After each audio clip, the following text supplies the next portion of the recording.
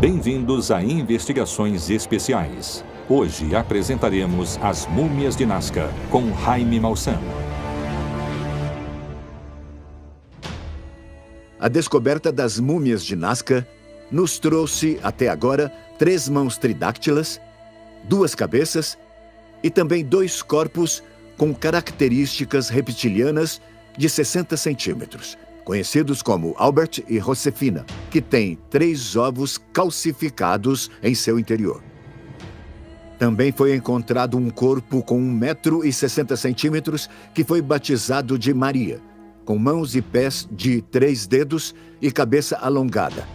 Aparentemente, ambas as espécies se reproduziram nessa área e viveram e morreram entre os antigos povos do Peru. Foram realizados novos estudos em Cusco para determinar, com a ajuda de um especialista em radiologia, o Dr. Raimundo Salas, com mais de 35 anos de experiência, se existia alguma dúvida diante das extraordinárias características desta múmia. Eu me baseio nas imagens e volto a repetir. Os meios de diagnóstico atuais, tais como a tomografia, são meios bastante objetivos.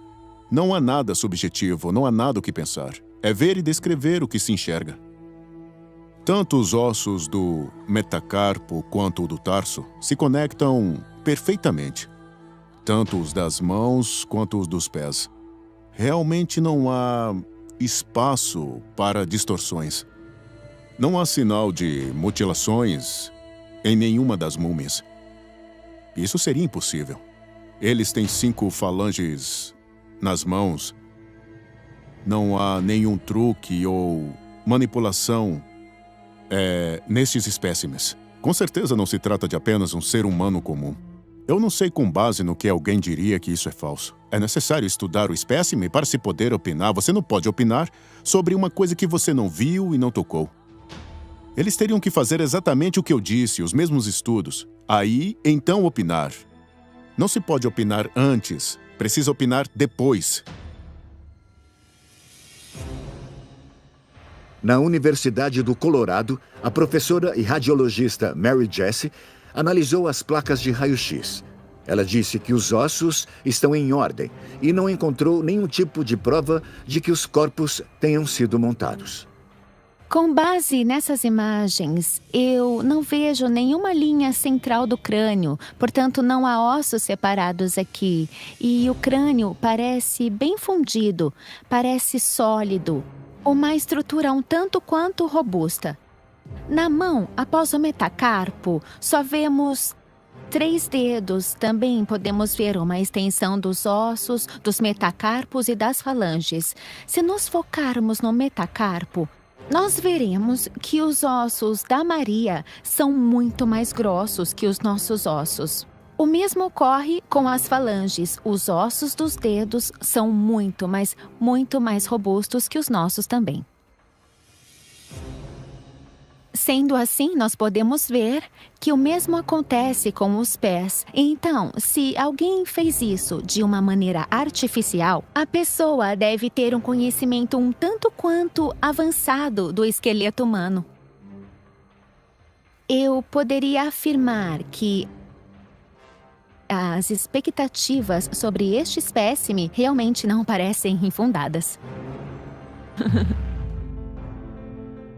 Essa análise pela tomografia também foi realizada no Instituto Sergei Nerezin, em Moscou. A radiologista Natalia Zalosnaya analisou as tomografias dos seres de 60 centímetros com características parecidas às dos répteis, junto aos seus colegas Tatiana Rakova e Vladimir Kuplevatsky. Analisando tudo, eu não acredito que seja uma falsificação, porque o processo de mumificação foi executado com muito cuidado. Eu posso dizer que, em linhas gerais, todos sabem que o processo de mumificação se trata de preservar o corpo. Houve dano, por exemplo, sobre as costelas, quando ocorreu o processo de mumificação. Nós podemos ver que a coluna cervical, quando comparada ao resto da coluna vertebral, está danificada. Talvez isso tenha acontecido no momento do transporte do corpo. Porque, ao que parece, o dano ocorreu após o corpo ter sido mumificado, porque não há outras mudanças. Se tivesse sido em vida, haveria outras mudanças em outras partes do corpo.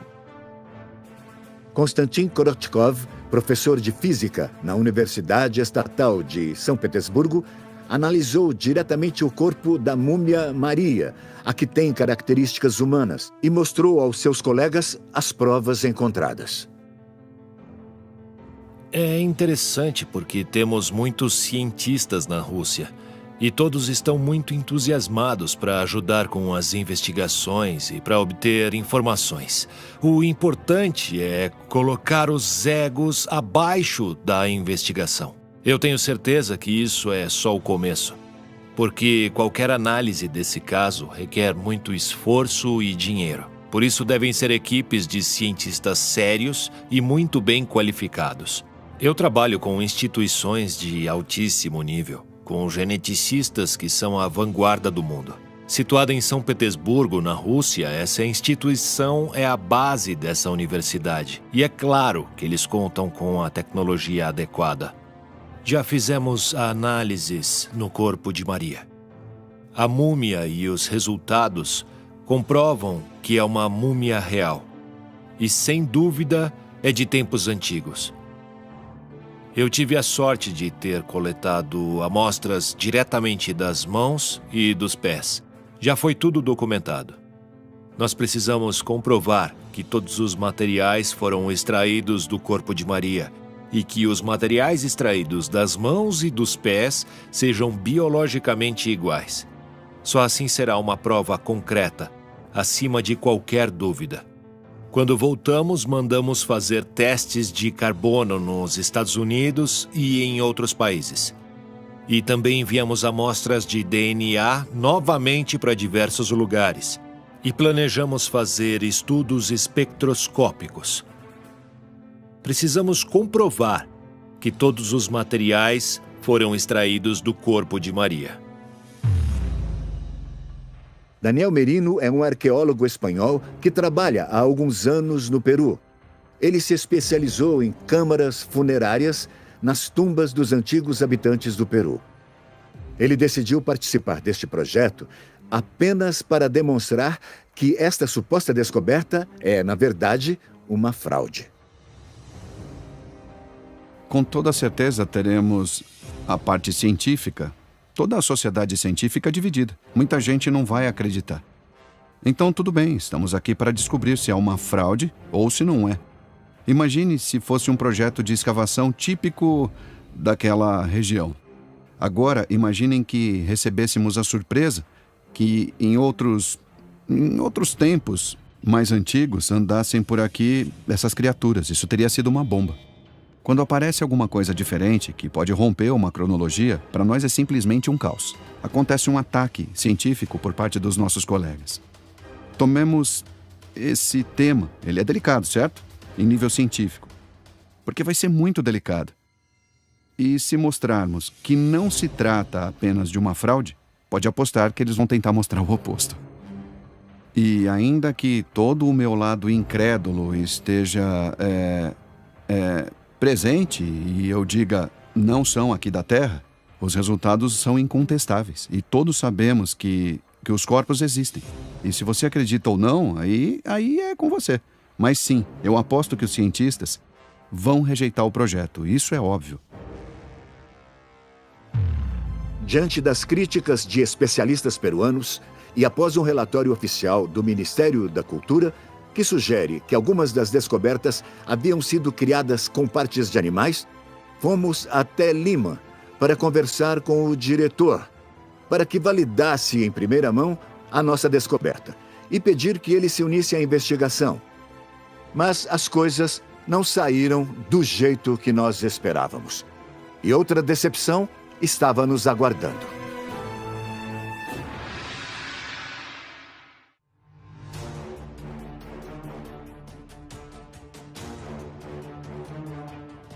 Armados com as provas conseguidas até agora, fomos até Lima com a esperança de conversar com o ministro da Cultura, a quem havíamos escrito para expor as provas da descoberta e propor uma continuação conjunta dessa investigação, para incluir instituições acadêmicas que poderiam determinar a validade das provas. Ninguém mais pode me receber? Ninguém?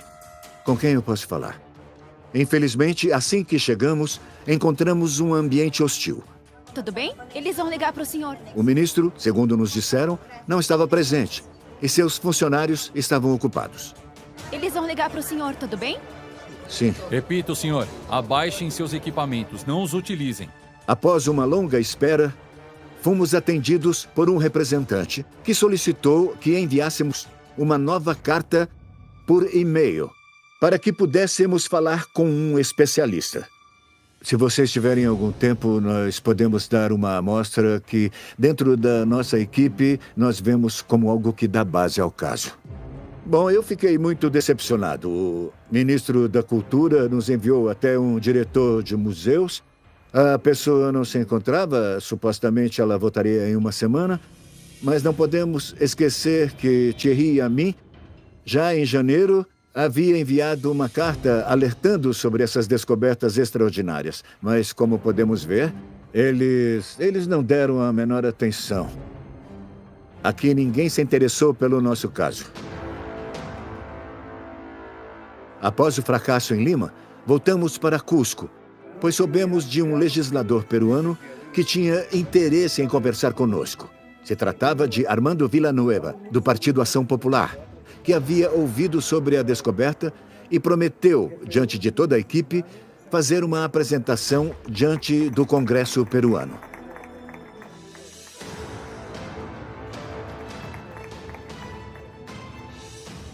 Ali teríamos a oportunidade de mostrar as provas conseguidas não apenas aos congressistas, mas também ao mundo todo. Vamos dar início a este debate. A lei que declara ser de interesse histórico e cultural a investigação das múmias humanoides de Nazca. De autoria do escritório que eu represento, apresentada pela bancada da Ação Popular presente no Congresso da República Peruana. E deste modo, em uma das grandes salas do Congresso, sob o comando do congressista de Cusco, foi agendada uma audiência onde cada um dos membros da equipe de cientistas, radiologistas, forenses, médicos e geneticistas puderam expor seus dados. O principal objetivo foi chamar a atenção da comunidade científica peruana. Mas, mesmo com as provas apresentadas, nenhum representante oficial apoiou uma continuação da investigação. Entretanto, após a apresentação ao governo peruano, uma coletiva de imprensa que atraiu meios de comunicação de todo o mundo, que expressaram interesse e o desejo da população nacional e internacional por maiores informações. Finalmente, a representante do Ministério da Cultura em Cusco, Carla Vargas, aceitou conversar conosco. O Ministério da Cultura possui uma área que investiga materiais arqueológicos, que permite que entendamos os processos de mumificação, que saibamos o local de onde vem o material, onde ele é investigado, todo o contexto arqueológico de onde vem o material. Mas, uma vez que ele foi tirado do local, nós não podemos saber exatamente a sua procedência, o seu local de origem. É como entregar uma informação incompleta, porque essa informação estaria separada de todo o restante. É claro que, como material pré-hispânico que pertence a uma cultura que se desenvolveu no Peru, é do interesse do Ministério da Cultura entendê-lo, estudá-lo e recuperá-lo, mas não é do interesse do Ministério da Cultura nesse caráter. E eu digo porque eu trabalho aqui, falo em caráter pessoal, não é nosso interesse saber se se trata de uma múmia extraterrestre ou não. E digo isso porque está completamente fora do que nós acreditamos. Enquanto estávamos em Lima, o jornalista Joyce Montilla foi enviado por Leandro Benedicto Rivera, mais conhecido como Mário, para visitar o local onde foram encontrados os corpos. O lugar fica entre as linhas de Nazca, as linhas de Palpa e a área onde ficam os petróglifos de Tititara. Ali no meio é onde mais ou menos fica o local. Segundo o que disse Montilha, Leandro Benedicto Rivera convidou apenas a ele e a outras 3 pessoas do Instituto Incari para conhecer o lugar onde foram enterrados os corpos das espécies das múmias de Nazca. Eles iniciaram a subida numa temperatura de mais de 40 graus Celsius e em condições muito adversas. Você vê pilhas de pedras, são colinas de pedras. Não é uma zona desértica, é uma zona rochosa. E muito difícil de subir, porque você mal pisa e já afunda até quase o tornozelo, até quase a metade do joelho. Só um conhecedor do local poderia chegar até o sítio, porque, indo pela visão, não dá para saber qual é a caverna, porque está tudo coberto por pedras menores. Houve um momento onde foi feito o pagamento à terra, é um ritual. Ele foi conduzido por José Casafranca, do Instituto Incari. É uma cerimônia bem rápida, onde você coloca água em suas mãos, joga na pedra, faz uma oração e pede permissão a Apo, como é conhecido. Ele é o deus que cuida das colinas ou algo assim. Eles acreditam que isso dá uma espécie de proteção para as pessoas que vão subir a colina. Em dado momento, finalmente encontramos a caverna. Na entrada tinha cerca de 1,80 m e uma altura aproximada de 70, 80 centímetros. Só entra uma pessoa por vez, mas lá dentro o espaço é bem maior. Entramos facilmente em 5, 6 pessoas. Mas há um odor característico que sentimos quando tivemos contato com os corpos mumificados.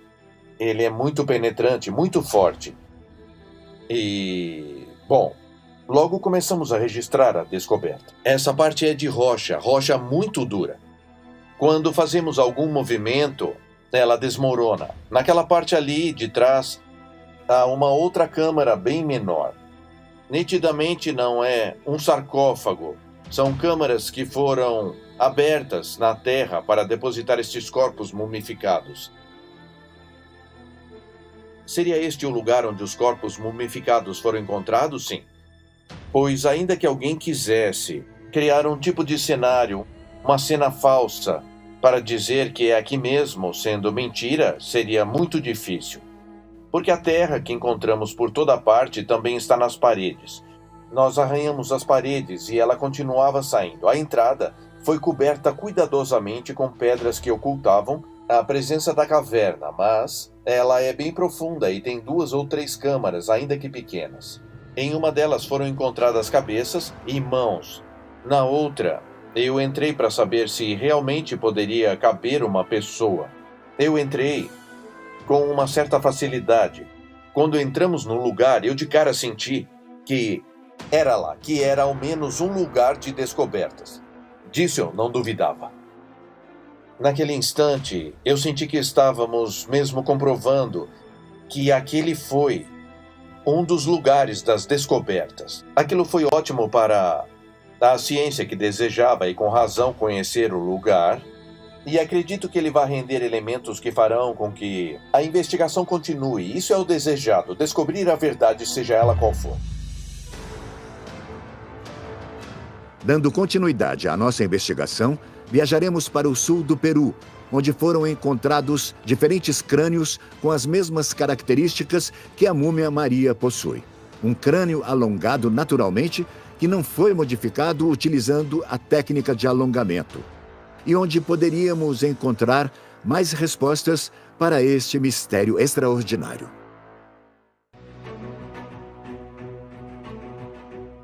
Em Paracas, na costa do Peru, nos encontramos com Brian Forster, um biólogo norte-americano que vem estudando os crânios encontrados neste local há quase uma década.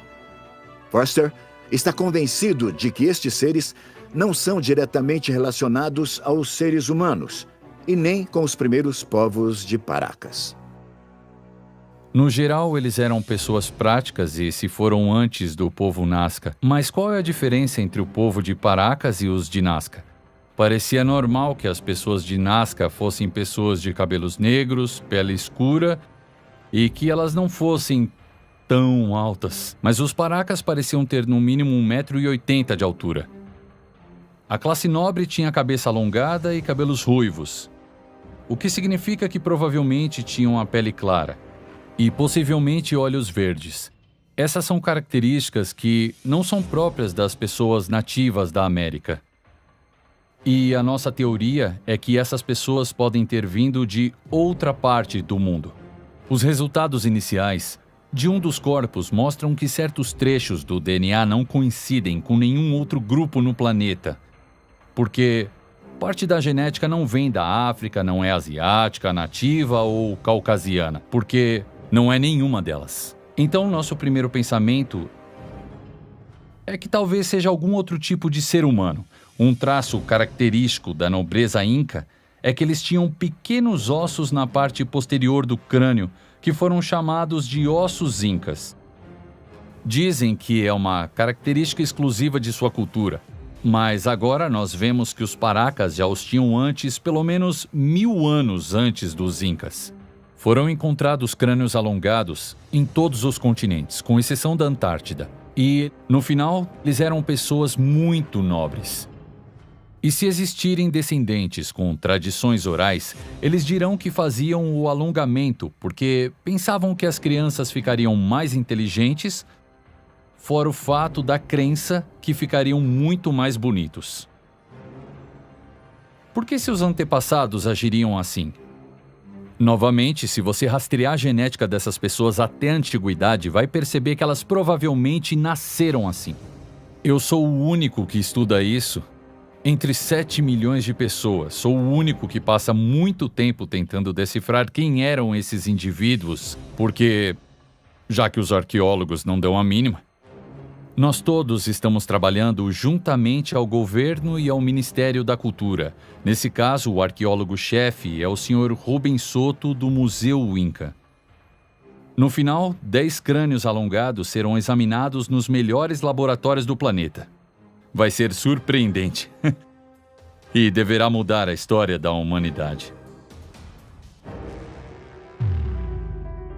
Brian Foster fez uma descoberta importantíssima em Patapatani, na Bolívia, próximo do lago Titicaca, onde encontrou o cadáver de uma jovem mãe com o crânio alongado e um pequeno feto que morreu antes de nascer. Eles tinham as mesmas características, ou seja, um crânio que possuía um alongamento bem definido.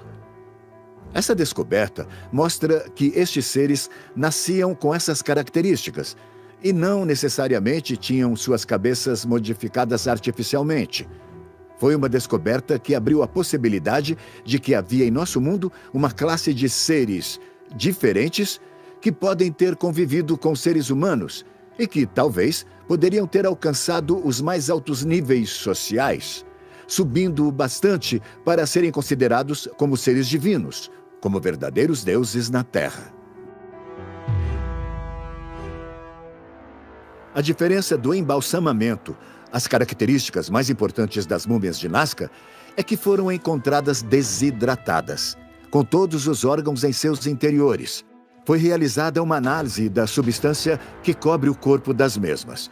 É um pó branco, muito fino, que se solta com facilidade, que parece ter sido aplicado juntamente a um tipo de líquido, provavelmente um azeite, que dava aderência. O pó foi identificado como terra de diatomáceas, ou diatomito, que é uma alga microscópica fossilizada dos períodos Mioceno e Pleistoceno, que aparentemente foi utilizada para desidratar o corpo deste ser de sexo feminino, já que, por ainda manter os seus órgãos internos, não se trata de uma múmia clássica.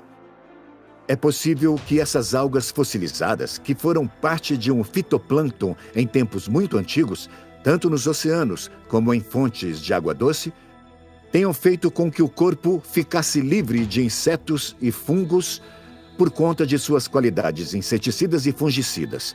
Há depósitos de terra de diatomáceas em todo o mundo, e alguns deles não ficam muito distantes do lugar onde este corpo foi sepultado. Mas a utilização deste pó não era comum para conservar as múmias. Esta é uma situação bem rara. Na verdade, ela é utilizada como um eficiente inseticida contra as pragas. Ela é utilizada como ingrediente nos inseticidas por 2 motivos. O primeiro é que, num nível microscópico, as partículas da terra de diatomáceas são muito afiadas e elas aderem ao inseto e se prendem entre as articulações de seu exoesqueleto. Quando o inseto se mexe, ele se machuca. A segunda é que a terra de diatomáceas gruda no inseto e faz com que ele se desidrate de algum jeito. Essa terra é um inseticida orgânico, não tóxico. Ela não aumenta a resistência dos insetos, pois o método de ação é físico e não químico. Enquanto conduzíamos a investigação em Paracas, foi feita uma nova descoberta na tumba de Nazca. Foi este corpo, batizado de Wawita, que significa bebê no idioma de Quechua, que contém as mesmas características que já vimos anteriormente. Apenas 3 dedos nas mãos e nos pés. Além do corpo de Wawita, foi encontrado um corpo sem cabeça e com características parecidas com as dos répteis. Seus descobridores lhe deram o nome de Victoria. Outros 3 corpos, também com características reptilianas, foram encontrados e foram batizados de A Família. De volta a Cusco, a equipe continuou a estudar os novos corpos, começando com um bebê desidratado que possui as mesmas características de Maria. Ele tinha apenas 3 dedos nas mãos e nos pés, e este corpo foi batizado de Wawita, que significa bebê na língua quechua. Com certeza foi uma descoberta de proporções extraordinárias, pois mostra a possibilidade de que estes seres não apenas viveram entre os habitantes de Nazca, mas também que se reproduziram e que tiveram uma linhagem.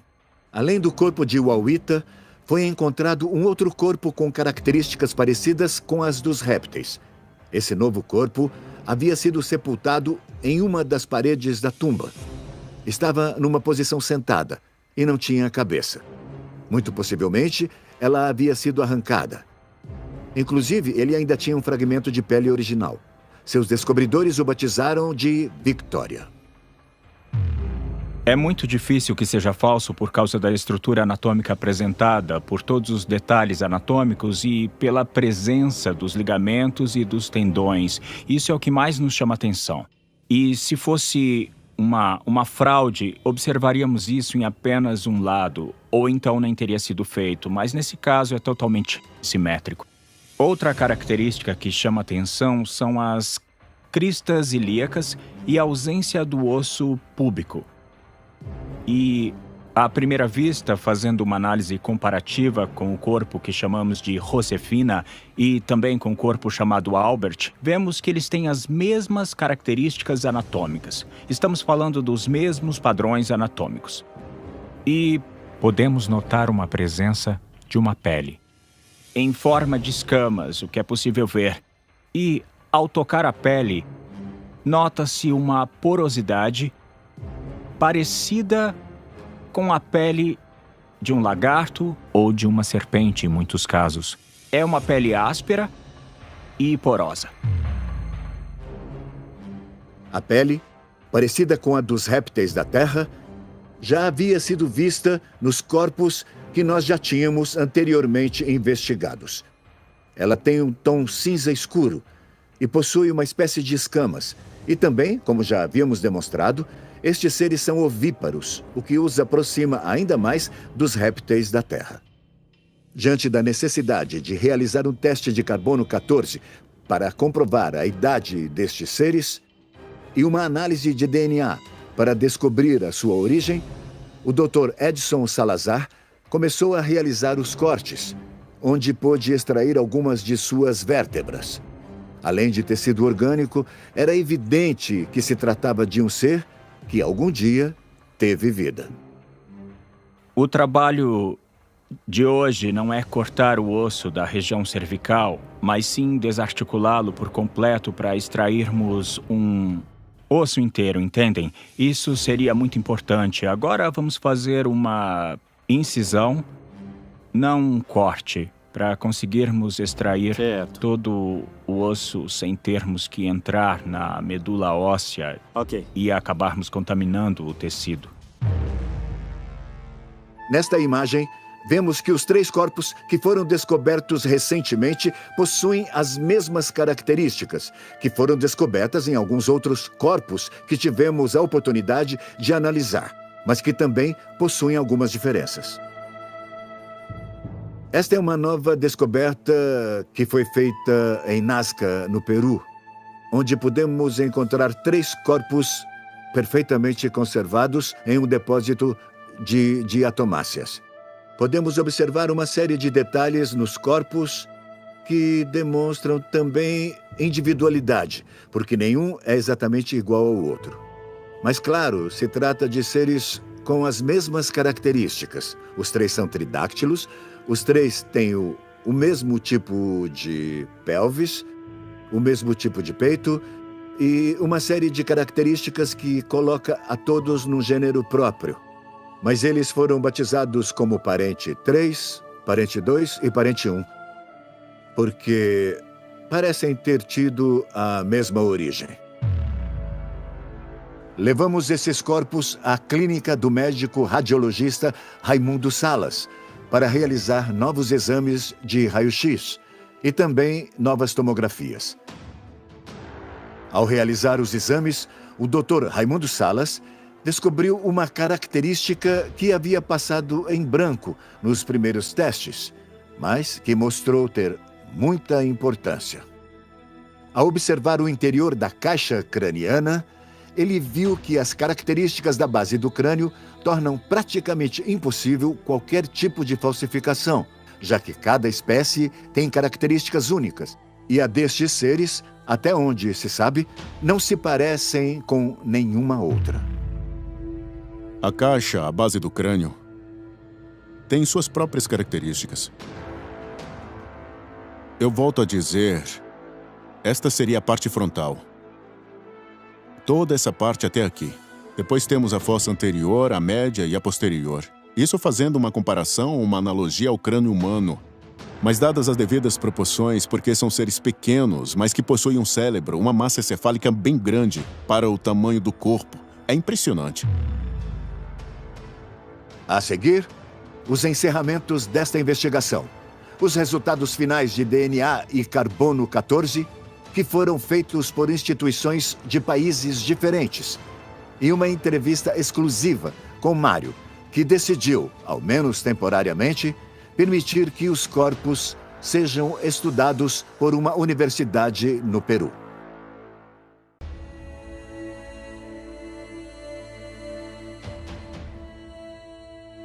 Sobre os testes de carbono 14, eles mostraram, em todos os casos, que se tratam de peças antigas. A datação ocorreu da seguinte maneira. Foi analisada uma mão de cada um dos 3 tridáctilos que foram entregues a Thierry e a mim. 2 foram analisadas pelo laboratório Beta Analytics, nos Estados Unidos. Já a terceira foi analisada pela Universidade Nacional Autônoma do México. A primeira mão analisada no laboratório Beta Analytics tem 6.420 anos de idade. A segunda mão, 3.380 anos. E a terceira, analisada pela Universidade Nacional do México, tem 1.250 anos. Nada pode explicar o porquê das diferenças tão grandes. Mas o que ficou claro é que se tratavam de amostras orgânicas e muito antigas. Os seres de 60 centímetros com características de répteis também foram analisados em 3 ocasiões e por 2 laboratórios diferentes, pelo Beta Analytics e pela Universidade Nacional do México. As 2 primeiras análises apontam entre 1.100 e 1.150 anos, respectivamente. A terceira aponta 790 anos de idade. Neste caso, o resultado é bem mais uniforme. Ficou bem claro que estes corpos provavelmente tenham entre 800 anos e 1.100 anos de idade. Os pequenos seres de 30 centímetros, que foram considerados pelos especialistas como sendo falsos, possivelmente teriam a mesma idade dos corpos dos seres maiores.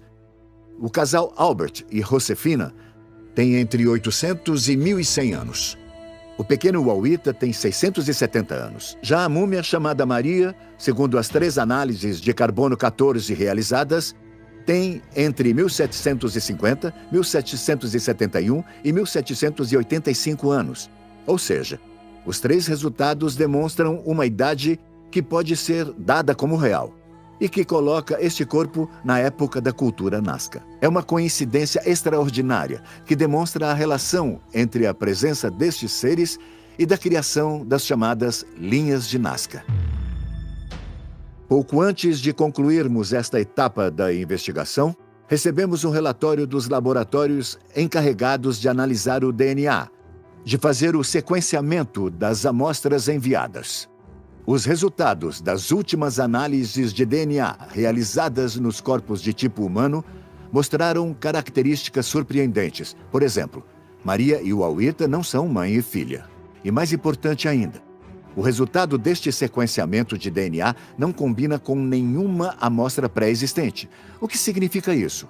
Quais seriam as implicações futuras deste resultado? Estaríamos diante do descobrimento de uma nova espécie?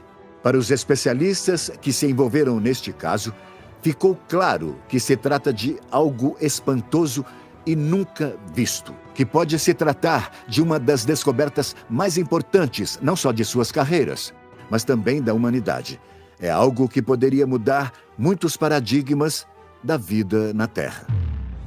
De todo o DNA isolado, apenas 25% combina com algum gene conhecido dos seres humanos. Nós temos a sequência completa de cerca de 2.000 pessoas de cada tipo na Terra. E ao compilarmos cada referência do genoma humano, só 25% combinam. Os outros 75% não.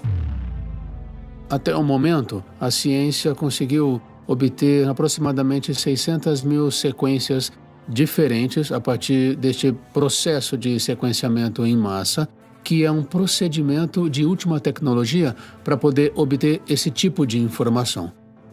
Esse dispositivo conseguiu realizar um alinhamento e compará-lo com o genoma humano.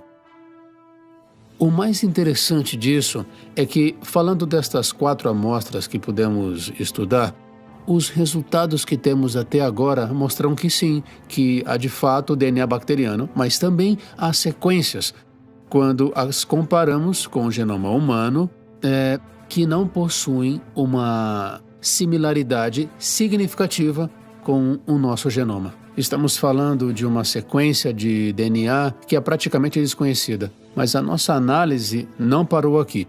Também testamos com os genomas dos primatas e também dos répteis, como a tartaruga marinha e o crocodilo. E os resultados que obtivemos dizem que não há similaridades com os seres vivos habitantes deste planeta que nós conhecemos.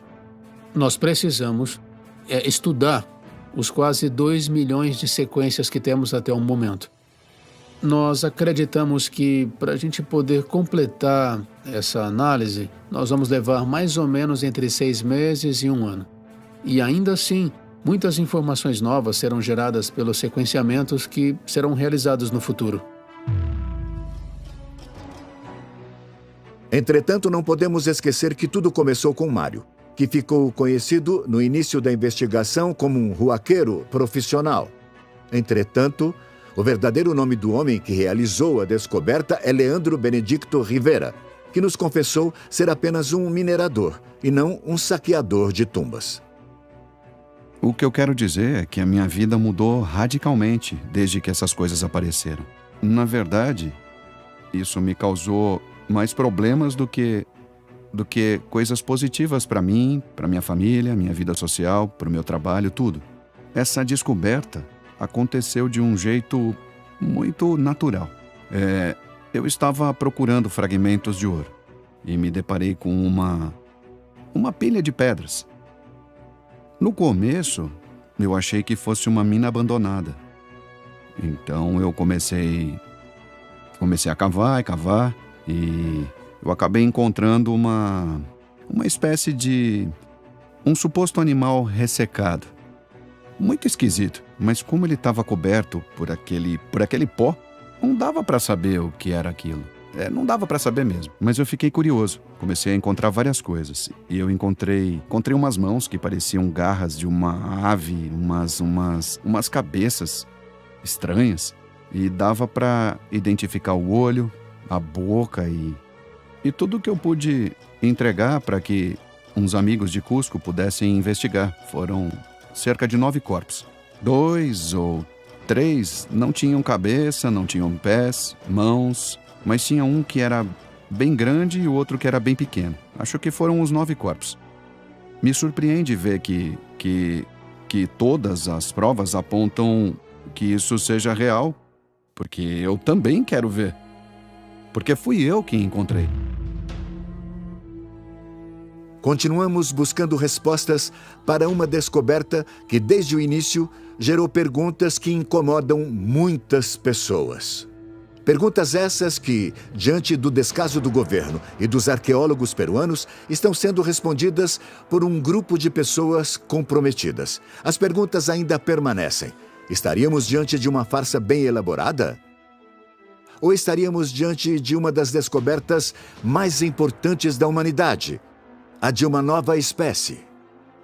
E para encerrar, ainda que Leandro Benedicto Rivera, sempre tenha sido o dono dos itens descobertos, antes do fim de nossa investigação, fomos informados de que a Universidade Nacional São Luís Gonzaga, de Ica, tomou posse temporária desses corpos e que, atualmente, eles são estudados lá. Quem sabe assim, em breve, tenhamos mais conclusões e respostas. Ou talvez, mais perguntas.